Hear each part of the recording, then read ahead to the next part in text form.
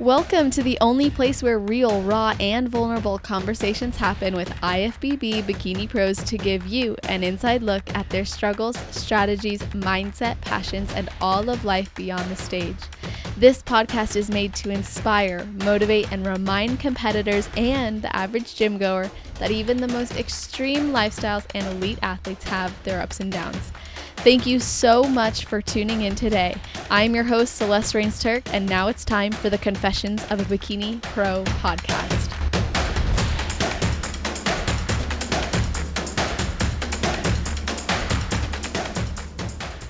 Today's athlete is the youngest IFBB Bikini Pro. She started competing at 17 years old, earned her pro card 12 hours after graduating at 18 years old, and has since hit the ground running with her rookie pro season. Her goal is to inspire others to find their passion the way she has found hers through this sport that really changed her life. And she wants to let kindness be her legacy. And after competing in 2 regional shows, earning her first place, she then went on to place 4th at her first national show before earning first place and her pro card at Junior Nats, and then completed an improvement season and has now started her pro season with 3 pro shows already under her belt. And we're going to get some insight into what is next for her. But welcome to the show, Tianna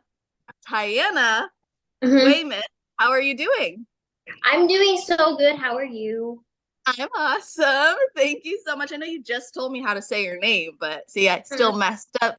But I want to let everybody know who's listening. You can also watch us on YouTube. So that's celestial_fit.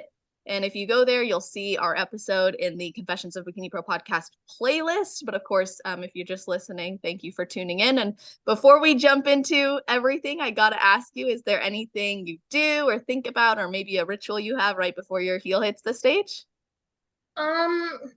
So I actually kind of figured it out at my last show.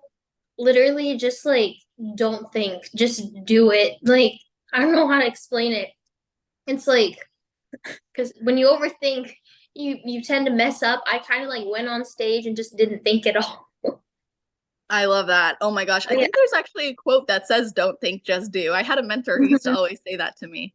Yeah, it's weird. Like I didn't even think about like, oh, I need to arch my back, I need to do this and that. Like I just thought of 2 cues, just keep the core tight because that's my like weakness, and then that's all I really thought about on stage, and everything else just kind of flowed, and I was like, oh my god, thank goodness. Yeah, definitely. Well, you've made some amazing improvements over the years, but I want to go to a post that you recently made, which was talking about how you wanted to find that little girl with the dream to go pro. Yeah. Excuse me. And you missed that feeling, but before this recent show, you felt that. One second. Sorry about that, you guys. I'm No, still you're recovering fine. from a cold, so I'm going to be coughing probably a little bit. Okay, I'm back from my coughing fit. So, anyways, let's go back to the beginning. You wanted to refine this, dream that that little girl had from the beginning, and you emphasized working on your mindset to help rediscover this little girl in you. So, what was going on that made you feel like maybe you lost that feeling or lost that little girl in you with the dream after earning your pro card? So I'd say so the feeling that I had last year, it's indescribable. It was just like this sense of like I know where I'm going and I know that I'm worthy of this because all of my actions kind of just aligned perfectly with my goals, and it was just the main thing that I was focused on was just kindness, like just being a good person, and like when you put good out into the world, good comes back to you, and that was the only thing that was really on my mind. Like I wasn't rigorous with my like I didn't tell myself if you don't pose for another 2 hours you're not going to do well, this and that. Like I was very, the only thing I was focused on was just executing everything with like intention and just like having goodwill and just spreading good into the world. And I'm not saying that those feelings were kind of like lost, but I was really hyper fixated on, oh, my posing has to be perfect, my everything has to be perfect, and I kind of just wasn't able to kind of sit back and be like, hey, remember what you stand for. Like do it with love and grit and intention. Don't do it because it has to be perfect. Do it because you want to make it individual and like represent who you are. So I feel like at my last show, I wasn't really keeping that in mind. I was kind of just like, oh my God, like I'm so nervous. This is a huge show. Like everything just has to be perfect, perfect, perfect. And I kind of lost sight of that. And that's part of the reason why I was so disappointed with how last show went. And it definitely showed in my stage presence because that was by far the worst stage presence I've ever had. Like no core control. Just I wasn't confident on stage. I just felt guilty. I was like, wow, like really don't feel worthy being here. I didn't even take a moment to just like remember that kindness is my legacy. Like I didn't take a moment to just acknowledge like all that, if that makes sense. So I was really disappointed in my mindset at that show. And after the show, I had like I think 2 days of just crying and like really upset with myself because like I hold myself to that standard. Like I'm always gonna be hard on myself. And I just remember like crying, like sitting right here crying and being like, this sport, prep, bodybuilding, that makes me a better person because it teaches me life lessons that can carry through everything. And I was just thinking like I need to find that little girl again from last year who just didn't care about just perfection, just cared about spreading good everywhere. And I still do care about that, but I wanted to like maximize and like capitalize on that as much as possible. So that's what I did going into my last show. I just focused on goodwill, intention, and doing it with a smile on my face, not trying to be like perfect. And it really helped a lot. So those were the changes. That's beautiful. You're so well spoken, and it's obvious you've given a lot of thought to your mission and your purpose and what you want to get out of this, like your why. What does Mm-hmm. it mean to you to leave a legacy of kindness? Like, what does that actually look like or mean?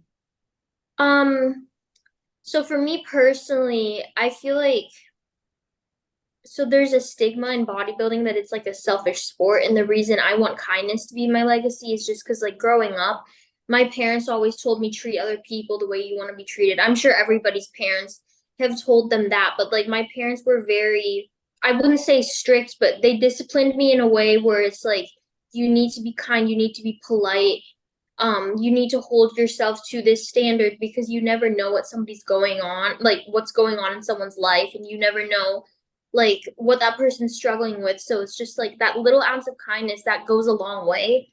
And it just makes me happy being kind. And if I'm able to kind of like spread that energy in bodybuilding and show people that like you can be there for other people despite being through like a grueling prep or like having to be selfish, like you can still be there for other people. Like, in prep, whether I'm in or not in prep, I'm still going to be there for all my friends. I'm still going to be like, if they need me to drive them somewhere, like do this and that, like I'll always go and help just because it's like, I choose to prep. So it's like, you have to find the balance. So I feel like spreading good out into the world, that just brings good back to you. And it just makes you feel like you're working hard enough in a way, just because, like, you can execute everything on your plan, go all out. But for me personally, there's always that 1 ounce where it's like, I always can do better. I always can do better. So for me, even if it's like not physically working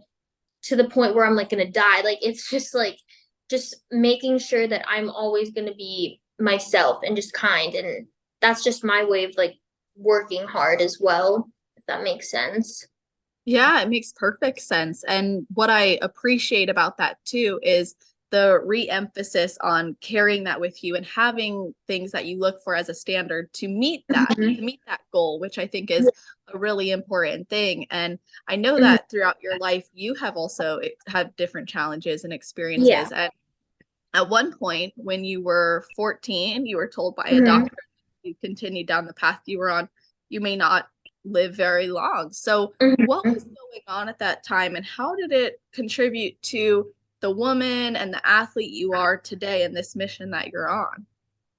So yeah, when I was 14, I was like in kind of like the middle of my eating disorder. I was diagnosed with anorexia and orthorexia, and I had really bad OCD and like an exercise addiction. So, every morning, I'd say 4:30, I would wake up and I would just like do cardio and like jumping squats and jumping jacks and just work out to the point where it's like my body just went numb and I would start screaming and crying and like, I it was really, I don't know why I was doing it, because I knew that it wasn't normal, it wasn't sustainable, and like I think I did it because my parents knew that like I needed to eat more in order to gain weight.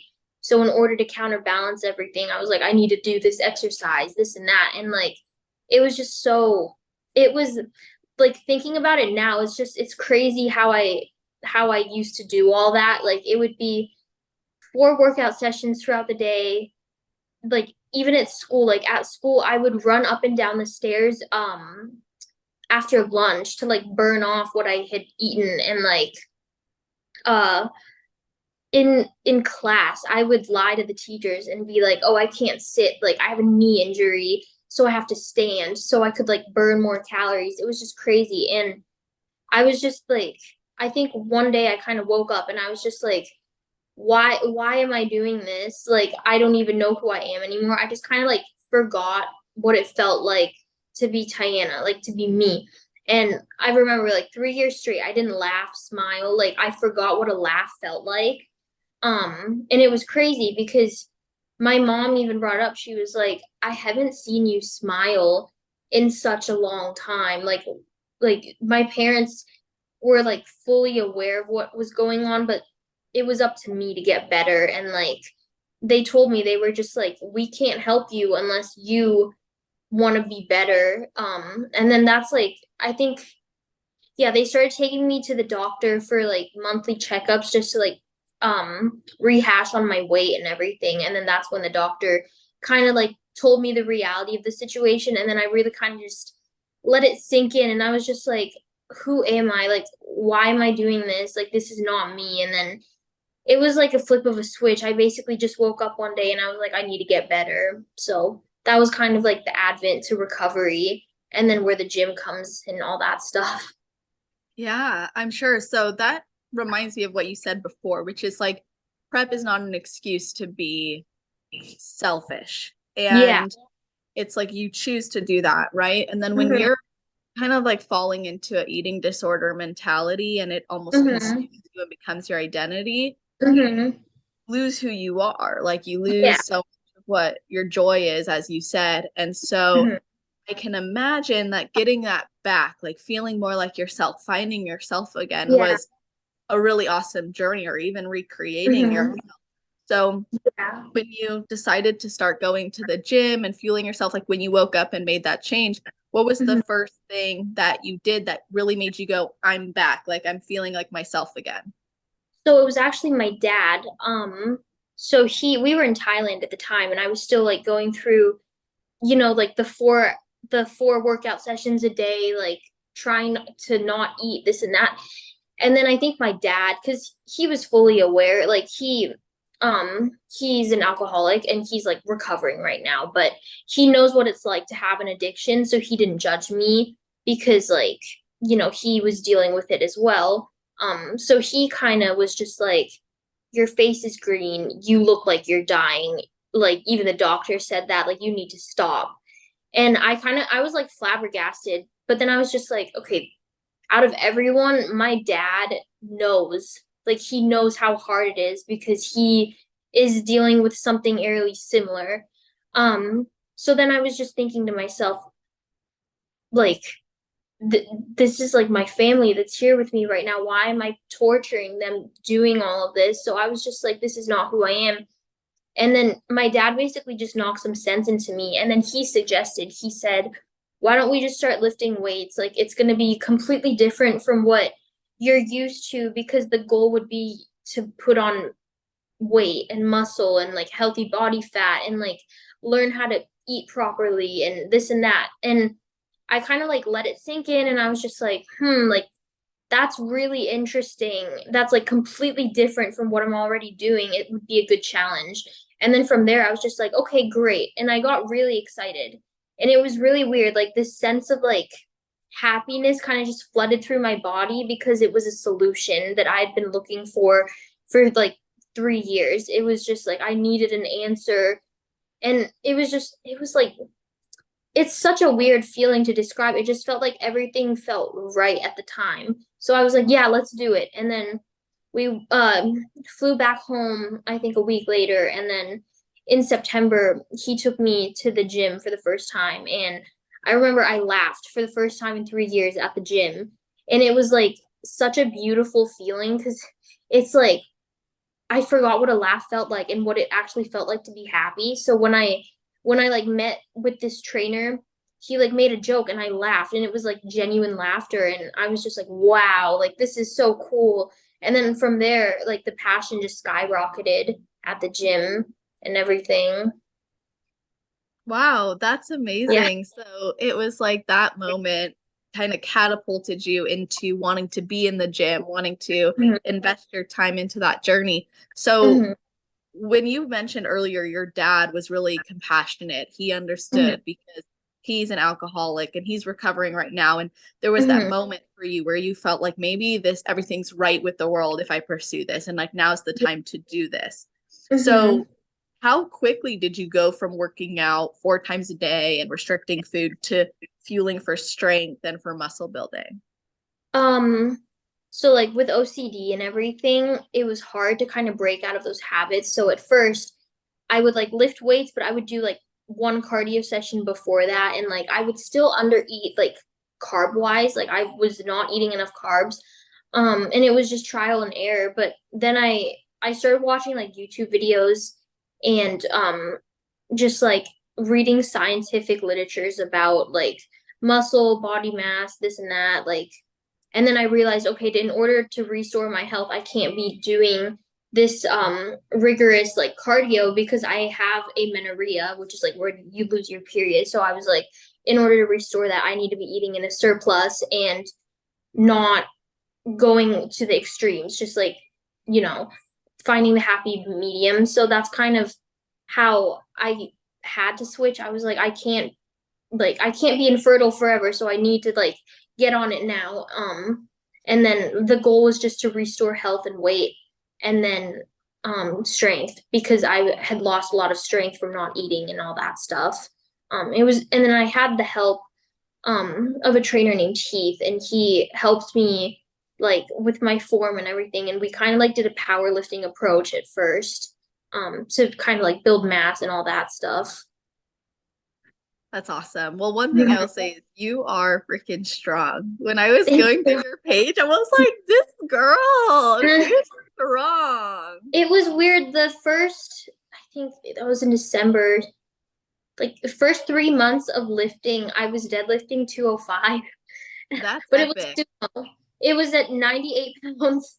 And it was like, from there, I was just so obsessed with strength. And I remember my Christmas present, I told Heath this, the trainer, I was like, oh, like, all I want for Christmas is to be able to deadlift 225. He was like, we'll make it happen. And then Christmas time came like a week before Christmas. I like pulled 225 conventional. And I was just Oh, like, oh my gosh, like this is so cool. And then yeah, so everything was kind of like a powerlifting approach at first, but I always had the goal of like bodybuilding in mind, but I knew that powerlifting was the right thing to do in order to restore health at the time. wow. And did you know it was the right thing to do from everything you were researching and watching and the trainer you were with? Yeah, because he had like a similar journey to me and he kind of like got into bodybuilding through powerlifting. Hmm. I wouldn't say like I was like a power lifter by any means, but I it was like power building. So we had the goal of bodybuilding, but we needed to just like build that strength first before like doing anything. That's so smart. I think Mhm. that's a step that a lot of us miss in the beginning. And I Mhm. had a similar history as you with the nonstop working out every day after anything Yeah, I ate. I would work out. I would a make lot of sure I people. Yeah.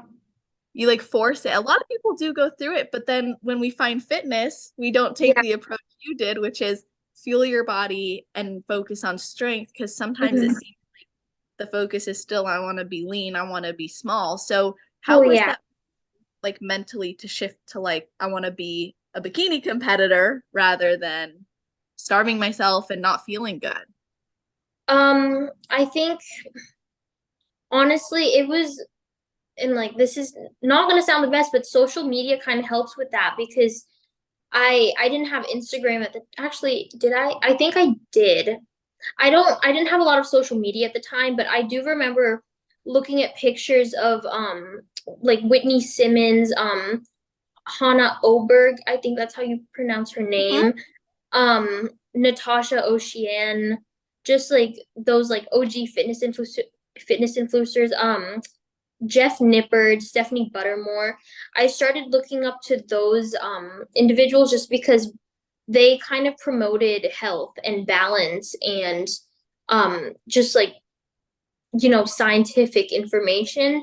So then from there I was just like, wow, these people look incredible and they're doing it like in a healthy way. So I want to emulate that. So that was kind of like my inspiration. And I was just thinking to myself, skin and bones, that's not a pretty look. Like a pretty look is like health. And you know, obviously like competing, it's not healthy or anything by any means. I'm not saying that, but it's definitely the amount that I'm eating on prep is like 10 times more than what I was eating way back then. So it's like, you know, obviously I was recovered before I decided I wanted to start competing, but it's just like different mindset, different outlook is just like having the goal to gain, not just like gain weight, but like gain muscle, gain knowledge, just gain everything as opposed to just like depleting myself of like family, friends, relationships, food, this and that. So it was just a good switch. I was like, this is the right thing to do. And I know that the universe is leading me this way for a reason. Yeah. Well, I'm really glad you mentioned some of the people who inspired you because I was going to ask if you had any Yeah. inspirations as far as bikini competitors go. Are there any current that you have? Yeah, I started the first ever bikini competitor that I started following was Ashley Coltwasser and then Jen Dory. I remember I think it was in 2018 she like placed second at Toronto Pro and that's when I started like looking into like bikini and competing and all that and I was just like wow, this is so cool. And then Heath was like, you should compete when you're older. And I was like, really? He's like, yeah, you have the structure. Like, obviously, you're way too young right now. You're only 14, but it's definitely something that you can build towards and like work towards in the long term.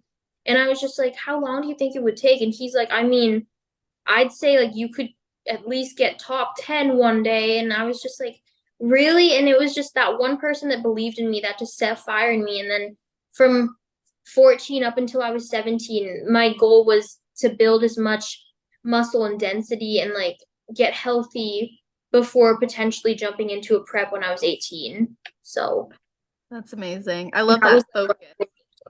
yeah, so that's kind of what I like focused on when I first like started lifting was just like health, building a good amount of density. So I knew that I wasn't going to be too small on stage because of my age and everything. Yeah, that's I think the biggest thing for younger competitors is like Mhm, looking young on stage. And that's been some mhm. of your feedback before, not Oh yeah. recently, which is great. But it has been your feedback before. So how has age played a factor in your mentality and how you view your readiness? Um, so when I started competing last year, so I started prep at 17, summer going into senior year. I honestly wasn't really thinking about my age at first because at the gym and everything, people kind of just were like, "Oh, like that's so cool that you're in high school and you're doing this." So I didn't really see my age as any limiting or like defining factors of myself. But then when I started competing at my first show, everybody started like thinking about my age and they were like, "Oh my God, she's only 18. She just turned 18. What the heck?" Like this and that. And then I didn't want people to be like, "Oh no, like she's like not prioritizing school for competing," when in reality like I was studying in between finals and prejudging and everything like that. But that was the only concern I had was that people were going to see my age and be like, "Nope, she can't do this. She needs to focus on school, school, school." And like that was like the one fear I had.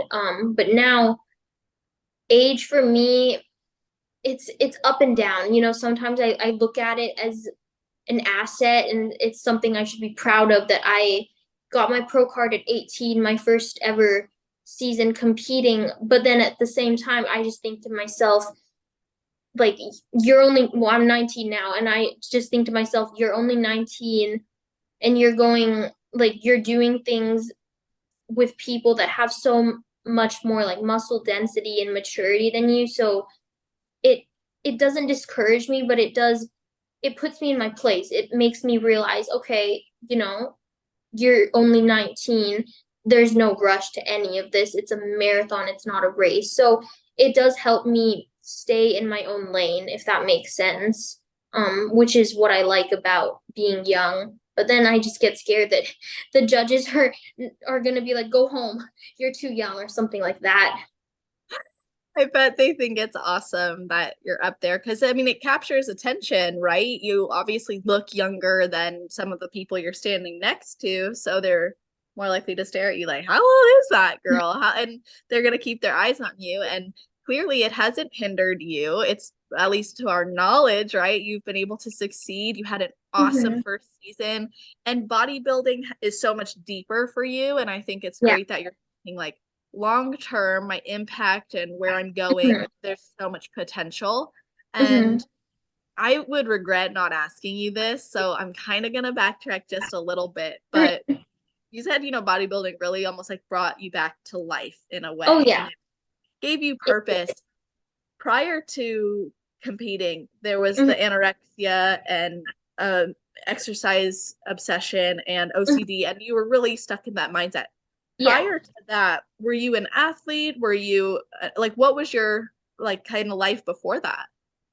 So life before that, I was never athletic. I did golf, like I did every sport. I was terrible at every single sport. And like my mom just kind of like pushed me to do all these activities because she wanted me to find my passion. And I didn't like anything. I was just like, no, no, I don't like golf. I don't like tennis. I don't like swim. And like during the mile at PE, I would literally just like stomp the whole way. And it took me 30 minutes to complete the mile. And the rest of the class, like they were already done within like 7 to 10 minutes. And I was just stomping around the field. Like I hated all fitness, like sports stuff. Um, and yeah, so I wasn't really like athletic, even though I did sports. Wow, Yeah, interesting. like I was always the first one to like chime out in the pacer test at school, and like Yeah, I couldn't even do a pull up. I did my first pull up when I was 15. that's awesome still. Yeah. But yeah, like not I didn't have a lot of muscle like growing up, I guess. Like I only had abs. It was just a genetic thing, abs and shoulders. Hey, that's really nice. Oh, aren't you working to kind of hide your quads and your legs that you felt? Yeah, they're a little extreme. It's so weird because during quarantine, like in lockdown and everything, when we didn't really like we couldn't go to gyms or anything, I noticed I was just like, my quads are a little small. So I just started hammering quads, and that's all I trained. I didn't do glutes, didn't do hamstrings. All I did was quads, and I did heavy front squats, heavy barbell squats, lunges, everything like in my little gym at home. And I mean, and then like when the gyms opened up, all I did quads, quads, quad, and now I'm paying for it. So now they're very overpowering in some poses. So even the judge, he was like, "Your quads striate on stage. You cannot let that happen." And I was like, "Yeah, I know." He was like, "You're quad dominant, so do not let them get any bigger." Hey, well, now you know at least. So what's your focus since then? Um, so I still go all out on leg days in every single training session, but just no more quad isolation movements. And I haven't been doing quad isolation movements since I think November, but just being very mindful. So like wide stance, leg press, high stance, just not letting them engage in any way possible, no leg extensions, and just like really thinking about building density in my tie-in area and just my hamstring roundness and everything and bringing up my delt. So those are my main three focuses. And I can't think about quads. And then in my posing, I just need to tweak my foot placement and angle this way a little bit more just to hide that bulky quad so it looks more balanced and proportionate to my physique. Yeah, definitely. It's amazing how much just tweaking the posing can do. Mhm. Yeah, because like in my back pose, my quads don't look overpowering from what the judges said. Like they said the your lower body's great. Like don't change anything, just don't let the quads get big. But in my front pose, my quad is really clunky and I'm still working on tweaks. Like my posing coach and I, it's like it's so back and forth. Sometimes we'll do like a full like a profile front pose where I'm just like my foot is just at 90 degrees, or like sometimes we'll do a 45-degree angle. It just really depends. But you know, your body changes throughout prep, so I always have to be prepared to make tweaks every single show for my posing. So just practicing every single day. Yeah, and your body can change so much, like you said, like day to day or week to Oh week, yeah. show to show. And Mm-hmm. who's your posing coach, by the way? Tangi Johnson. Oh, okay. Yeah, Mhm. yeah. I think I'm familiar with her. Well, that's really cool that you guys have that ability to like tweak, test it, make sure you're looking how you want to be looking. You went to Mhm. this recent show, you got the feedback that you should actually Mhm. keep competing, which you weren't necessarily I expecting. know, I was so happy. I literally started crying. I Oh, was that's so happy. awesome. Mm-hmm. Because So what's he next for said, you? I am, I think 17 days out from the next show. Um, I'm not announcing it yet, but That's it's okay. This like, will come out after your show. So we'll get to oh, catch up. okay, perfect. But yeah, so we're 17 days out from that one, and then we have another one a week after. So it's like two shows back to back. And then we're doing shows all throughout summer up until September. So we're just kind of taking it one show at a time based on feedback, but we're not done yet. What's your goal in this career of pro bodybuilder? So obviously like everybody, my dream is to get to the Olympia stage one day. Um I have the goal of like getting there before I'm at least 23, or like at 23 one day. That's just my goal. I'm not saying it's gonna happen or anything, but that's just kind of like my dream that I'm working towards. And I'll do whatever it takes. So that's like my main thing. But then I also wanna like promote, you know, what I stand for in bodybuilding and spread that into the community so people can, you know, I want people to feel like they can connect to me in a way, but just because like we all deal with hardships and like curveballs that life throws at us. So like for me, my specific moment, whether that's like a year or like 10 years from now, I want my moment to be everyone's moment. And I genuinely want that so bad, because if I were to achieve that moment or anything, I feel like I'd be able to show people that you can start from rock bottom and really do anything that you set your mind to as long as you keep going. And I just want to like encourage people to never give up and don't listen to the naysayers, just keep going. If you've ever struggled in your prep or your improvement season or any transition phase in this sport, you know how valuable it is to have that direct guidance and support, but it's so difficult to find, which is exactly why I created the on-demand mindset coaching platform for competitors. That is only $9.99 per month. How it works is you log into the system and you select what season you're in, and then you're prompted to select a struggle you're facing, and then even more specific struggles branching off of that. And at your fingertips, you will be given direct guidance and support with a PDF resource as well as video trainings. And you have tons of access to years of group coaching calls that you're more than welcome to replay and watch, and you get access to a live group coaching call every single month. So you're not only getting support at your fingertips, but you're also getting an incredible community there to support you along your journey. If this is something you're interested in learning more about and exploring, you can sign up at www.celestial.fit/on-demand. and get access to this right away. There are no other join fees or cancel fees, so you can come and go as you please, and you are always welcome to be in the Build More Than Just a Body community. That's beautiful. I just find your intention so awesome. And like I Thank said you. earlier, you're welcome. It's so clear, like that you think about this often, you focus on it.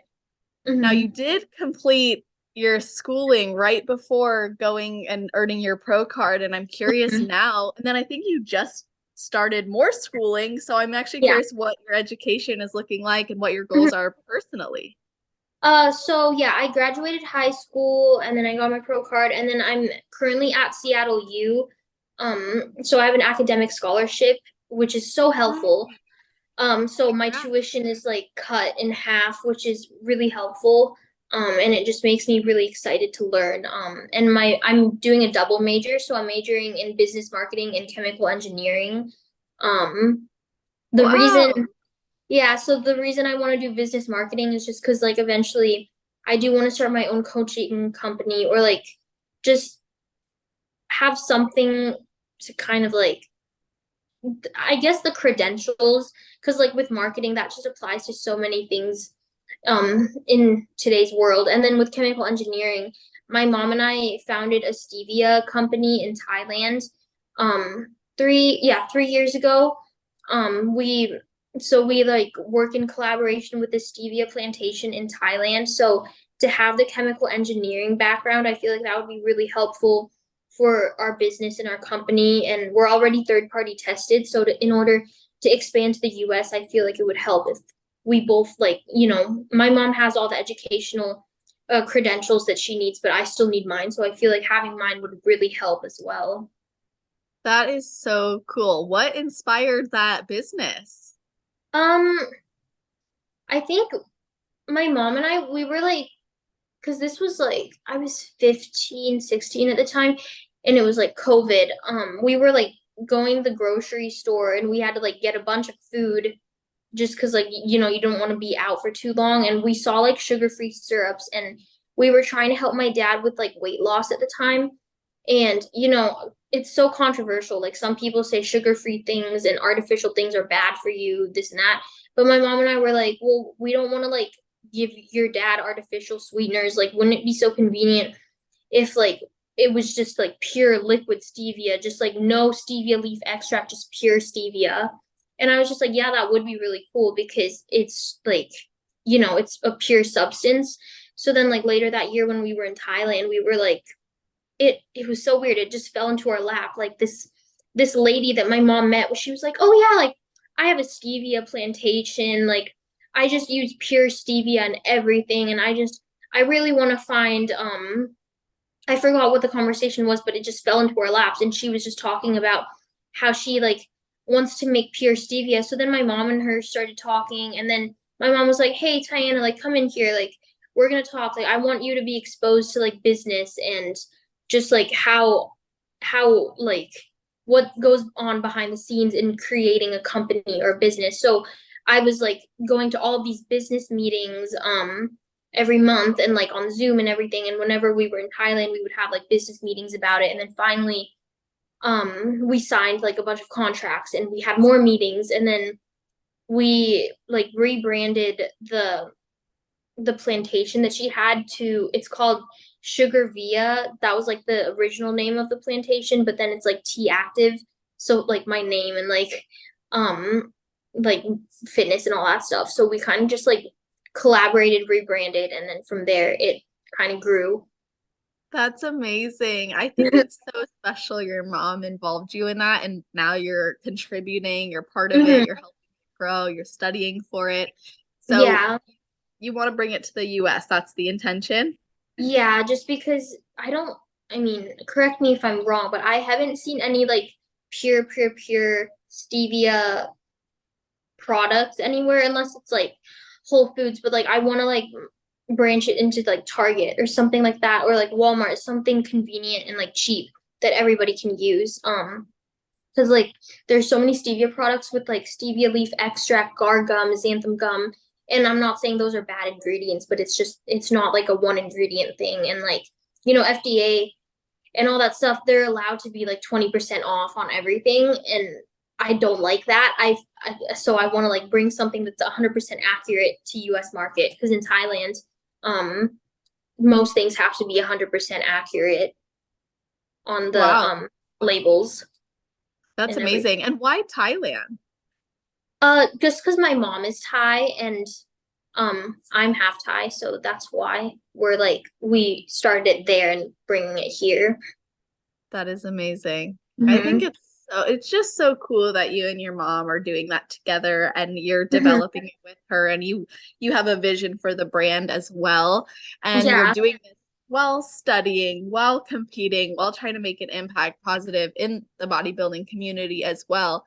And Mm-hmm. it's just I think it's really inspiring for other people who might be listening, maybe even some people who are 17, 18. I mean, I was just at the Jay Cutler and we saw the teenage class going, and I'm like, Oh, this is so cool. yeah, it is. I love like so many younger people are getting into competing now, whether it's for the wrong or right reasons, but like it just, I've had a few friends who wanted to start competing just because they wanted to like push themselves and like better themselves. And that just, it warms my heart, because it's like prep really does make you a better person. And just like going to the gym, bodybuilding in general, like, my generation, there's so many gym rats in my generation now. And it's great because like the community and like the discipline that we all have at such a young age, when you start young, it follows you throughout life. So it just makes me happy that, you know, we're all in this together, this whole community. And it doesn't matter how old you are, you can start whenever. Exactly. And I think it is a different generation now. Like it's good that people are getting into competing, whether it is for the right or wrong reasons. I think eventually people find out if it's for them or not, and they kind of Mm-hmm. establish like their Yeah. reason for being in it, which is great Mm-hmm. because you're showing them what's possible. You're leading the Yeah. way in your generation and people around you, inspiring them a lot. And I remember when I started, I was 18 and I was studying and I was doing my college classes, and I had to do an exam and discussions and all this right before, show. Like you're still going to your Yeah. show days while also working. And Yeah. it can be grueling. It can be intense. Like it's not easy. And I've only competed as a student. So this is going to be my first year not being a student while Oh, that's competing, which exciting. yeah, I'm like, how I don't know how it's gonna affect me because there's Yeah. pros and cons, right? Like when you're studying, you have your strict schedule, competing gives you a Mm-hmm. strict schedule, you've got the business you're growing to, you're a double Mm-hmm. major, so there's a Yeah. lot of focus. Now, Mm-hmm. how have you personally managed your time and your schedule to excel in competing while also maintaining your social life and your college life now? Um, Honestly, just like it's so weird. I say it's like it's not super hard. It really like if you if you really know you need to get these things done, you somehow just fit it into your schedule. Like for me, 5:30 wake up, I posed for like an hour and a half, fasted, and then like depending if I had like cardio that day, I would do my fasted cardio, come back inside my apartment, do my vacuums, eat, go to school. And like for me, thank God, I had the privilege of choosing what times my classes started. So my first class would be like at 10 or at 9:30, and then all my classes would end by like 12:20. So then I'd come home, eat my pre-workout meal, go to the gym, pose after, come home, study, do homework. And then like I would only see my friends on like Friday, Saturday and stuff like that on a school, like during school. Um, and then like see my family every day, obviously, because like I'll just go to my parents' house at night and everything like that. So it's like you can make time. I had the privilege of like my cardio not being over an hour or anything like that. So it's like I was able to do it fasted every morning as well. And like just everything's non-negotiable. Like you have to get it done. Like you can't not do it. Otherwise you're not going to do well. So it's like if I don't do this, then this won't happen. So they're all like puzzle pieces that you have to put together in order to continue on to the next day. So that's just kind of how I looked at it. Yeah, I love that perspective of like, this is really a non-negotiable if you want to be successful in this or you need to get it done. Like, there's a due date. Yeah, So that due date requires exactly. various things to be completed. And this is like the first time that I'm competing without like school because it's summer break right now. So my schedule, I'm able to sleep in until 8 or 8:30 sometimes. Usually I'll still get up at like 7, and like do posing, cardio, and like do all that stuff first, gym. But like now I kind of have like a couple hours in the day where I can just like journal and like work on mindset and just like sit down and like do these things, this is something that I wasn't able to do during the school year. So it's like finding new ways to be productive without school as well. So I've been journaling a lot and like just doing a lot of writing and reflecting, which is really fun. Yeah, that's so awesome. What are some of the things that you're working through right now to support your mentality? So I have a notes page on my phone, and after every show, I write down physical and mental and emotional improvements that I need to make. So right now, the notes page, oh my God, it's so long, but I write like essays after every single show just about how I felt, how I handled myself, my composure, what the judges' feedback was, what my personal feedback is, what I'm gonna do, and like I kind of reestablish everything after a show and just kind of like go over my schedule again and like apply progressive overload to everything that I'm doing. So before Dallas, um in my morning posing, I would do 5 to 6 rounds back to back of everything. So of my routine of front to back transitions, comparison rounds. So now instead of 5 to 6 rounds, I'm doing 10 rounds of everything. And then that's only in my morning session. And then at my nighttime posing session, I'll just add extra rounds in between my individual routine, if that makes sense. So like extra front to back transitions. And then like I put on a 20-minute timer for comparison rounds just because that's how long they usually keep you on stage for. And then just instead of like holding my front pose for 4 minutes, now it's like 5 to 6 minutes. So just like progressive overload in everything. So that's just an example for posing. And then with training, because we have been reversing since my first pro show. Since I'm like reversing and my calories are at a really good spot and like my food and everything, just this is the time where I can really capitalize on building muscle. Like the time after a show, that's like the prime time to put on good lean mass. So I'm just giving everything into all my training, like like upping the weight more and all that stuff. Because like during prep, obviously I still like pushed the same amount of weight and everything, but it was just like I was always dizzy. So I'm taking advantage of not being dizzy now that I have so much food in me and just like being able to up the weight on everything and just like focus on form execution and just like intensity. And it's really fun. It feels like I'm in an off season in a way just because of how much energy I have and like I feel so amazing. That is so cool. I'm really happy for you that you're in that Thank place, you. especially with your goal of continuing to compete all the way through to September. Yeah. That's a wonderful place to Yeah, be. like my health is amazing right now. Like literally like blood work, everything's great. I'm really happy that I've reached this point in my life where it's like I'm really healthy and like, you know, I'm not like even though I'm very lean, it's weird because my body set point weight, like I still have my period when I'm lean. So it's like, everything's good and healthy. That's awesome. I'm so Mhm. glad that you're able to monitor all that too. And I know you've posted a Mhm. lot about how the encouragement of your coach has been really impactful for you. And Oh yeah, he's amazing. Nelson Jones is my coach. He's believed in me since day one that I started working with him. And I have like the audio recordings of us talking about doing junior nats or not, because that was after I placed fourth at my first national show. And he was just like, if you just come in, if we just make you a little fuller and you just really nail that posing and this and that. And he was like, we can turn that fourth place finish into a first. And I wholeheartedly believe you can do that.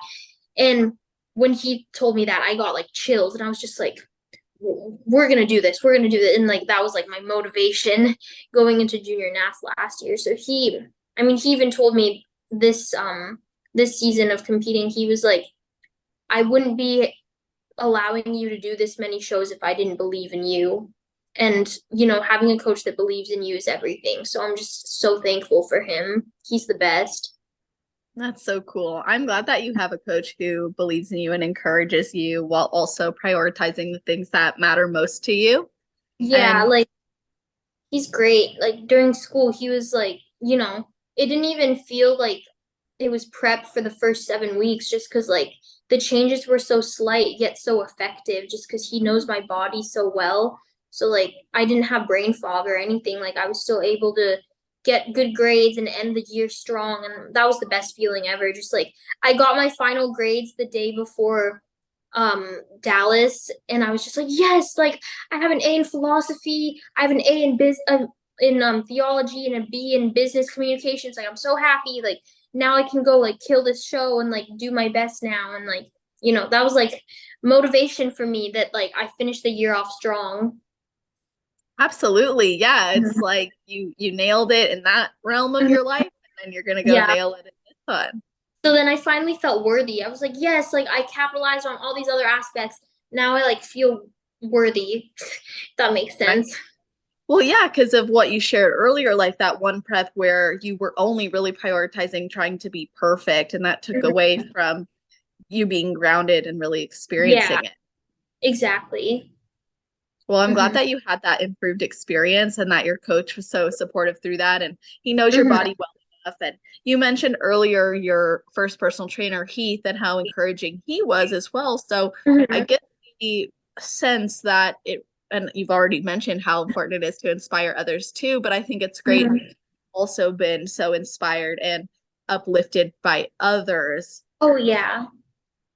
So through this journey of Hmm. competing, it seems like you've come out of your shell more too. Like this has Hmm. given you a lot of courage, a lot of strength, Yeah.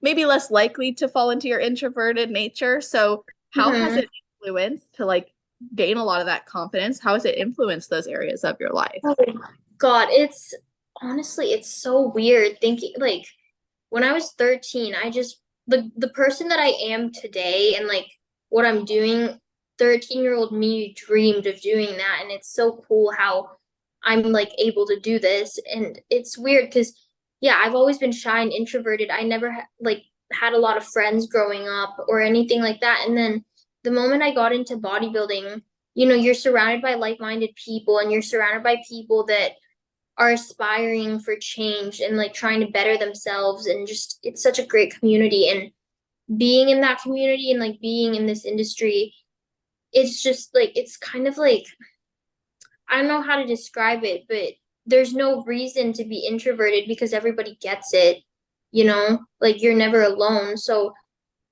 it's so weird. Like competing has literally brought me out of my shell so much. I can't even describe it. Like I'll say this, like 2 years, if this was me 2 years ago, I would not be doing this podcast right now. I would literally be like in my room alone. So, it's crazy how like comfortable I am talking to people now and like actually sharing my dreams. And oh, the one thing that competing has helped me with, I am not scared of failure whatsoever. Like the reason I'm doing so many shows is because I know I'm going to fail over and over and over again. I know I'm going to get bad placing sometimes, good placing sometimes, who knows? But like I'm not scared of that. Like I want to embrace all the losses, all the wins, because it's just like it's part of the process. Nobody's perfect. You can't win at everything. And like I think failure is exciting. Like it's just a good way to be like, okay, this is what I need to work on, and it's like motivation. So I think having like with the absence of like that fear, that really just perpetuated my confidence and my growth and everything. Because now I just do things with no risks. Like I'm just like I don't care if this is risky. I'm still gonna do it. Like last year, people were like, "Oh, don't do junior nationals. Like you just did your first national show. You're only 18. Like take a break." And I was like, "No, I'm gonna do it. Like I'm not scared of failure. I want the feedback. I want to learn. I have so many improvements that I want to work towards, and you know, you never know until you try." So that's kind of like once you have the fear of failure off of your shoulders, everything just like kind of sets into place, and you can really push yourself to the extremes. That's beautiful. That's amazing that you've been able to embrace that because I think sometimes it's easy to get so fixated on winning and being at the Yeah. top, being perfect. And like you mentioned earlier, social media can be very Yeah. positive, right? It Mhm. can influence you in a positive way. And I think Mhm. sometimes there can be that pressure too of like, well, I gotta Yeah. look this way, I gotta be this way. Yeah. But releasing that, just enjoying the experience. And for you, like you're seeing it as opportunities to learn so you can achieve what you want to Yeah. achieve and do what you love to do. Exactly. And like Kobe Bryant said this, and I listen to Kobe Bryant speeches like every night. But this one thing, like this was when I was feeling discouraged after Nevada State when I just wasn't in a good mental space. He said, "Look at failure with rationale. Go back to the drawing board and don't just think about like, okay, what went wrong, what can we do from there." So now I just look at everything with rationale because everything does happen for a reason. Like I'm so thankful that I placed dead last at Nevada State because that made me realize, okay, maybe it's not that you're not physically working hard enough. Maybe there's something else. And it just got me to dig deeper and really find myself again and find that little girl in me.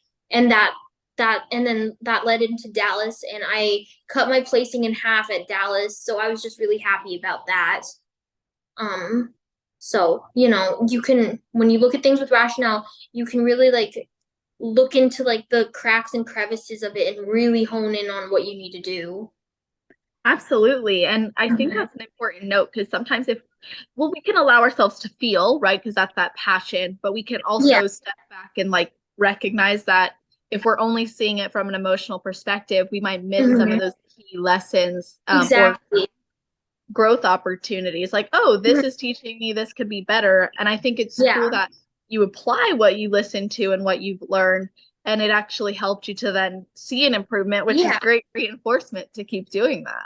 Oh yeah, like even though I placed significantly better at Dallas than I did at Nevada, and like my feedback was very doable, I'm still journaling and finding ways to better myself. So going into this next show, my main focus is going to be obviously progressive overload and executing everything with so much intensity, but also progressive overloading with like the amount of time I'm spending with my family. So I'm gonna like, just start being just talking to my dad, just sitting there talking to him for longer. Because like obviously I did that before, but I was like busy with school at the time. And since I don't have school right now, now's the time where I can really just like open up to my dad and like be transparent and just get even closer with him because bodybuilding brought us closer. So the goals for next show, despite like not just thinking about like the physical changes, like mental changes, it's just gonna be like really appreciating every single moment and like just living in the moment and not looking ahead and just focusing on 1 minute, 1 day at a time and Mm, being with family and friends and just being present and just like enjoying myself. So that's going into this next show. that's awesome. So, Mhm. talk to us about how bodybuilding brought you closer to your dad. So since he was the one that got me into weightlifting at first, um, he had to come with me to the gym every time because I was a minor at the time, and like your parents have to go with you at 24-hour fitness if you're like under 18 or 16, something like that. So when he saw my progress, he was just really supportive. He was like, "Oh my God, like you're a mini me," because he used to like lift weights when he was younger. And he's like, "Look at those shoulders, like, oh my God, like I'm so proud of you, like your lats." And it just brought us closer together because my progress made him excited. And then he was like, "I'm gonna start working out again, this and that." And then last year, when I won my second regional show, that was the first show he ever had like he came to, and he was sitting in the audience, and I didn't think I was going to win. Like I thought I was going to get like third or something, and I was just like, this is for my dad. Like this moment is for my dad. He's in the audience. Just do it for your dad. That's all I was thinking about. And then they announced my name, and at first I was just like, there's no way. There's no way I just won my class. And then they announced it, and I just started bawling on stage because I looked at my dad and he was tearing up in the audience. And then from there, a week after, like for a week straight, he didn't touch a single drink or anything. And he was like, "I'm going to start working out in the gym that I have in the basement, this and that." And like he's so proud of me. And like flash forward to today, we're just growing closer and closer. And bodybuilding has helped me have that like utmost respect for my parents.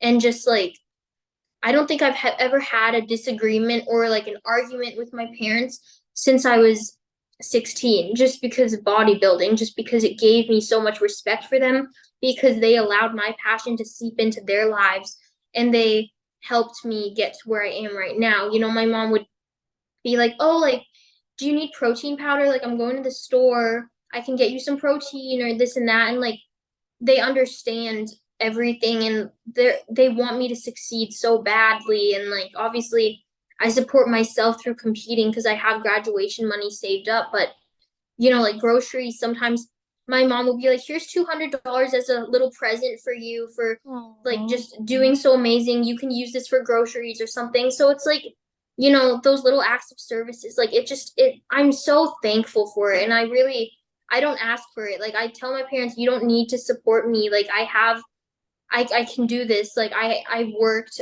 in high school for a little bit, so I have money saved up. So you don't have to go all out or anything." And they were like, "We're just proud of you." And it brought our family closer, because you know it's like we're all just so connected now. And we all, like, my mom's passionate about bodybuilding now. Like, she finally got Instagram, and she's like she stalks my page, and she's like, "Oh my gosh, like, your delts have grown so much." And I'm just like, "Is this my mom right now? Like, what the heck?" Like, and she like knows everything from prejudging to finals. And my dad doesn't know too much about that, so my mom's like sitting there explaining to him, and it's just really cute to watch. She's like, "No, so prejudging, this happens, this and that."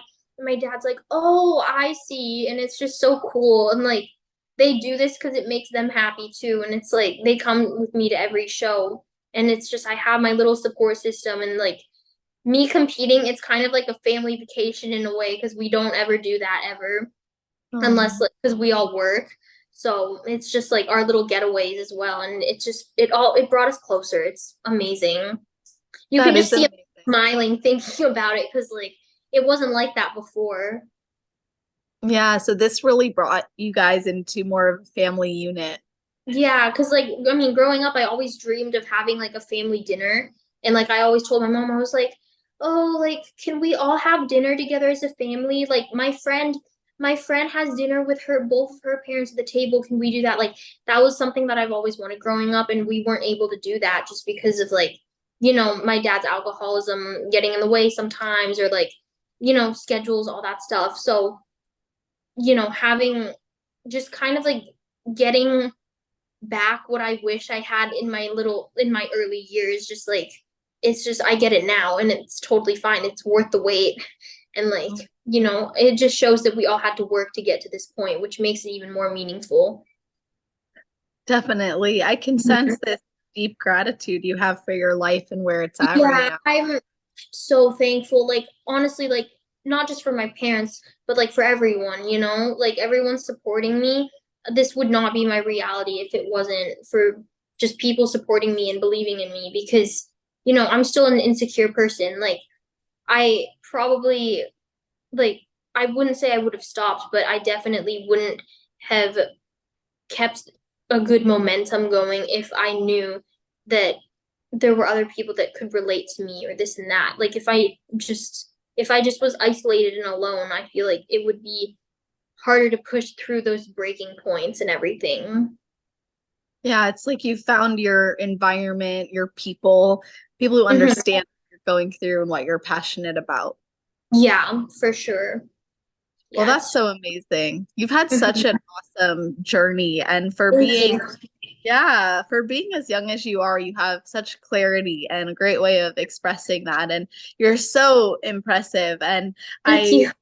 Yeah, no, seriously, it's just awesome hearing from you and talking with you. A lot of your insight too from what you do and how you apply yourself after each show is really inspiring as well. But I want to give you the opportunity to share your best advice for someone who has never competed before but would like to, and then your best advice for someone on their road to pro. Okay, so best advice for somebody who hasn't competed yet but wants to, right?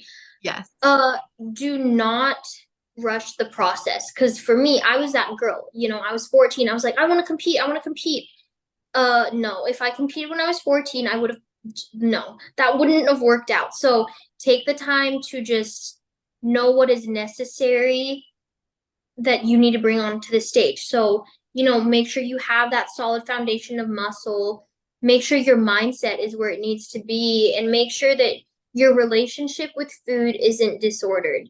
Do not jump into a prep if you feel like, oh, like, you can't, if you just know in your heart that your relationship with food is not where it needs to be, please don't jump into a prep, because it just makes me so sad when people, the only thing that they look forward to after a show is like the post-show meal. Like when during prejudging, they're like, oh my God, like just looking through pictures of food. Like, I'm not judging anybody who does that at all, because to each their own.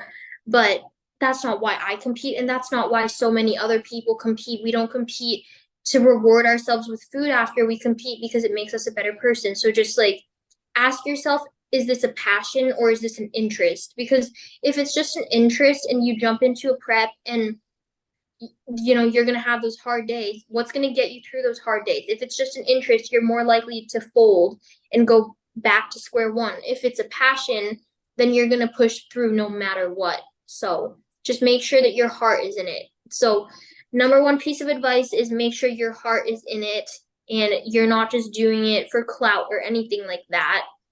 Doing it for yourself and to represent what you stand for and what you believe in. So that's my piece of advice there. And then for someone on their road to pro, don't be afraid of failure. My first national show, I placed 4th, and by no means was that a failure, because like, it was like my first national show and I placed 4th, and I thought that was amazing. But just don't be discouraged. Don't ever give up. Like after that show, a lot of people said, don't do another national show. You're not going to do well. And then some people said, yeah, do it. You're going to do really well. Just listen to your heart and listen to your gut feeling. If your gut is telling you, I can push, I can do this, I want to keep going, then go for it. Because at the end of the day, you never know until you try. And, what can you lose? You have nothing to lose, Like Arnold said this, the ground is right here. How far can you fall? The ground is just right there. So it's like the worst thing that can happen is you don't place that well, but you get the feedback and you know what to do going into the next season. So just like, if your body can handle it, if you want to do this, just keep going and don't give up, and just keep envisioning the goal. Because again, I feel like I have no place to give advice here, just because I got my pro card in my first season, so I don't feel like I'm worthy of giving advice here. But if I did not get my pro card my first season, I would still keep going and like keep envisioning it into my head and all that. So just manifest, envision, and align your actions to your goals. Well, that is beautiful advice for both. Thank you.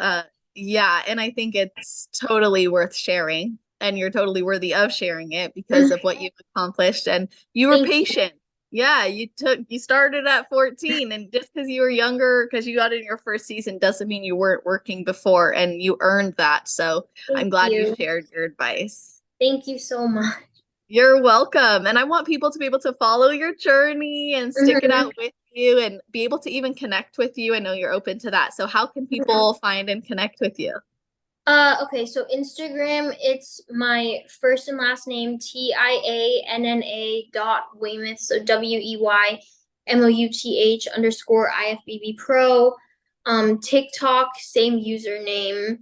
I don't have YouTube. I really want YouTube. I want to start. Those are like the only 2 social medias that I have right now. And like you can DM me anytime. I respond to all my DMs because I really don't have much to do on rest days. So besides awesome. everything. Yeah, well, you've got an amazing career ahead of you in Thank so you. many ways. Yeah, you're so welcome and you're amazing. I hope everyone will connect with you. You guys, I'm going to put her information in the show notes page. That's on Yay. celestial.fit/podcast. Yes, and by the way, I'm not just putting your handles, but my assistant also does notes for the entire podcast. So it'll Mhm. have a full summary of what we talked about, all the topics we discussed. Oh, Yeah, and episode timestamps. So if you or people listening want to share certain pieces of the episode, it's really easy to do it that way. oh, that's so cool. Yeah, and I think with YouTube as well, like they end up being clickable timestamps Oh, because yeah, I noticed that. yeah, so Mhm. I think that's super awesome. But Yeah. anyway, it was so great to have you on the No, podcast. it was Seriously, amazing being on. Thank you for having me. you're so welcome. And to everyone listening, I hope you have an amazing rest of your day, night, or morning, wherever you are in the world while you're listening to this episode. Just make it awesome.